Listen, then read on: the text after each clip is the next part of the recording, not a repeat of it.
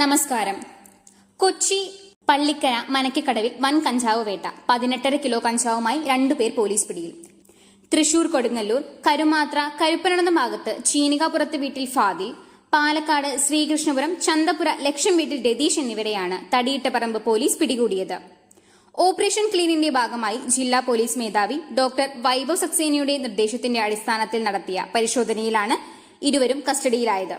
മനക്കക്കടവ് പാലത്തിന് സമീപം കഞ്ചാവ് വിൽപ്പനയ്ക്ക് എത്തിയപ്പോഴാണ് ഫാദിലിനെ അറസ്റ്റ് ചെയ്യുന്നത്. ഇയാളുടെ കയ്യിൽ 2 ബാഗുകൾ അടങ്ങിയിരുന്നു.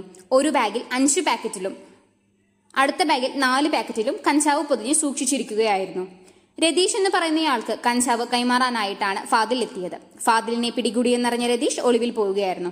തുടർന്ന് പ്രത്യേക അന്വേഷണ സംഘം പാലക്കാടേക്ക് തിരിച്ചു. ശ്രീകൃഷ്ണപുരത്ത് നടന്ന പരിശോധനയിൽ രതീഷിനെ സാഹസികമായി പിടികൂടി. കളമശ്ശേരി ഭാഗത്തെ ലോഡ്ജിലാണ് കഞ്ചാവ് വിൽപ്പനയ്ക്കായി സൂക്ഷിച്ചിരുന്നത്. മനക്കക്കടവ് ഭാഗത്ത് എത്തിക്കാനാണ് ഫാദിലിനോട് പറഞ്ഞിരുന്നതും. കഴിഞ്ഞ ദിവസം ബിനാനിപുരത്ത് അറസ്റ്റിലായ യുവതി ഉൾപ്പെടെയുള്ള 6 പേർ രതീഷിന്റെ സുഹൃത്തുക്കളുമാണ്. ഓൺലൈൻ ഭക്ഷ്യവിതരണത്തിന്റെ മറവിൽ കഞ്ചാവ് വിൽക്കുന്ന ഇവരിൽ നിന്ന് 6.5 കിലോ കഞ്ചാവാണ് അന്ന് കണ്ടെടുത്തത്. സ്ഥിരമായി കഞ്ചാവ് വിൽക്കുന്ന കേരളത്തിലെ വൻ കഞ്ചാവ് വിൽപ്പനാ സംഘമാണ് പിടിയിലായവർ. ഇവരെ വിശദമായി ചോദ്യം ചെയ്തു വരുന്നു.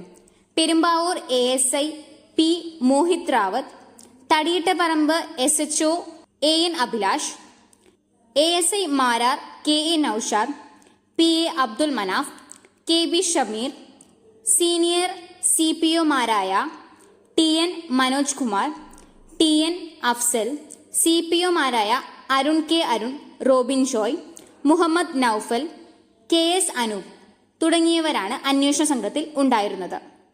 M4 മലയാളം, കോതമംഗലം.